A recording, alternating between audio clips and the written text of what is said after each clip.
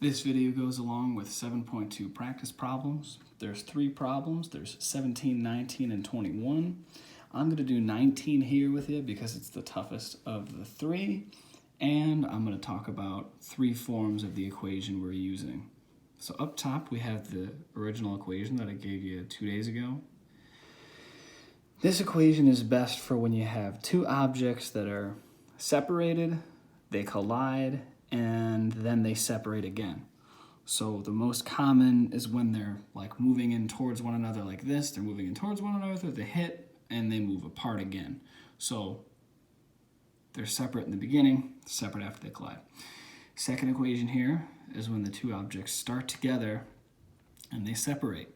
So one way that that's done is if they're moving together off to the side, maybe an explosion occurs between them, and they separate and they move separately.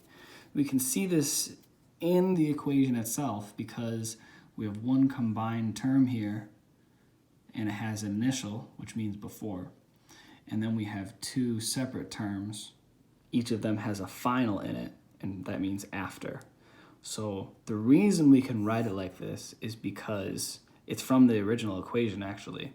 When 2 things start as 1, that means that V1 initial and V2 initial are the same, and we factor them out like this. So we factor them away from the M1 and the M2, and it starts to look like that. The opposite is true for when they start separate and they stick together. If they start separate, you know, they're moving like this, they stick together and they move off. That means that their final velocities are the same and their initial velocities are different. So this third equation comes from when their final velocities are the same. We can take this equation and factor out VF, and we're left with M1 plus M2. So that's what that third equation is for. It's a good idea to write these down, especially with those little notes on the side, because you'll be able to pick these equations out of your notes to use for each example.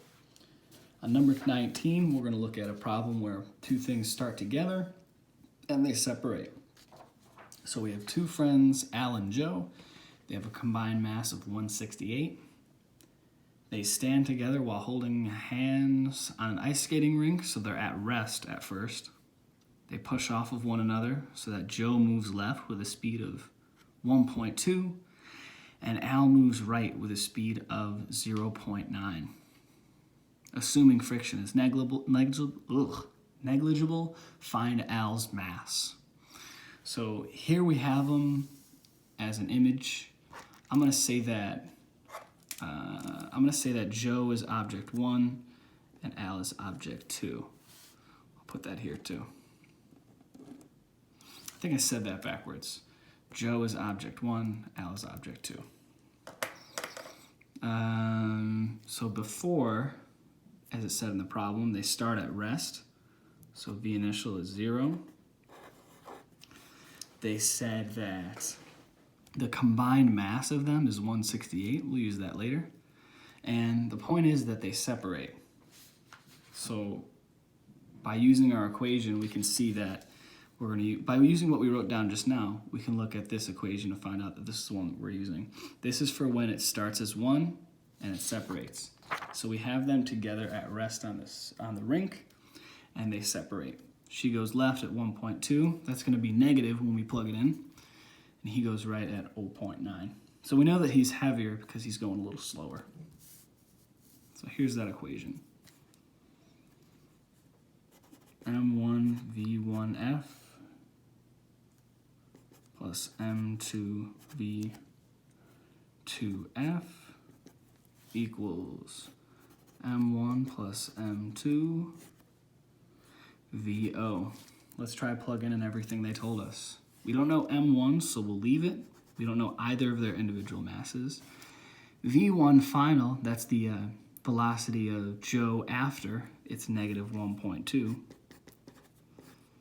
We don't know M2, so we'll leave it as M2.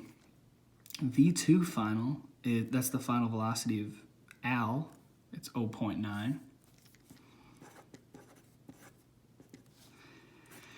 And we don't know what M1 is. We don't know what M2 is, but we know that they add up to be 168. It said in the first line, they have a combined mass of 168. So we'll just replace all of that with 168. And VO is going to be 0. So we have to address this problem here. We have M1 and we have M2, so technically it's not solvable as is. We need to have the same variable. We need to have only one variable in an equation if we're going to solve it. So we're going to use this concept to fill in the gaps. The combined mass is 168. Mathematically, that looks like this. M1 plus M2 is 168. So here's how we'll solve it. I'm going to subtract M2 on both sides. And this is the missing piece. M1 is the same as 168 minus M2. So let's see, if M2, what's the guy's name? If Al were 100 kilograms, that would mean that Joe is 68 kilograms. Their masses have to add up to 168. So this little equation seems kind of pointless, but when we plug it into the equation, we'll see why. I don't need to go for it. So there it was. I don't know if I showed in the video. 168 minus M2. So we'll replace this with 168 minus M2, and the equation will solve itself.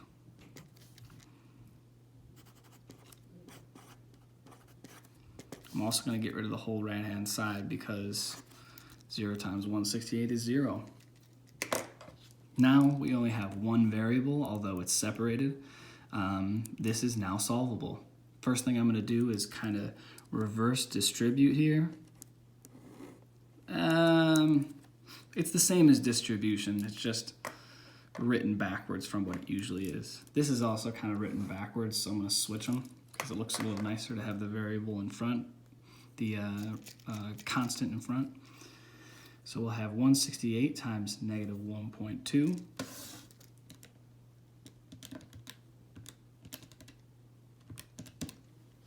That'll be negative 201.6. Negative 1.2 times M2 times negative M2 will be 1.2 M2. We've got 0.9 M2 as well. Now we've got to combine like terms. So these two terms will have to be combined. We got negative 201.6 still. It'll be 2.1 M2. I got 2.1 by taking 1.2 plus 0.9. We'll add 201.6 to both sides.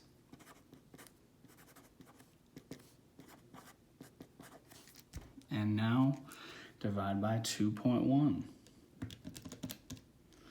So our final answer is going to be 96 kilograms. So that's the mass of Al. Just for fun, we could take a look at what the mass of Joe is using this. 168 minus 96. 72. So that'll be the mass of Joe, but that's our final answer. That's what we were really looking for. If you have any questions, shoot me an email or reach out on Remind. Again, take a look at 17 and 21. The answers are on Slader if you want to look at those instead of asking questions. Good luck. Talk to you soon.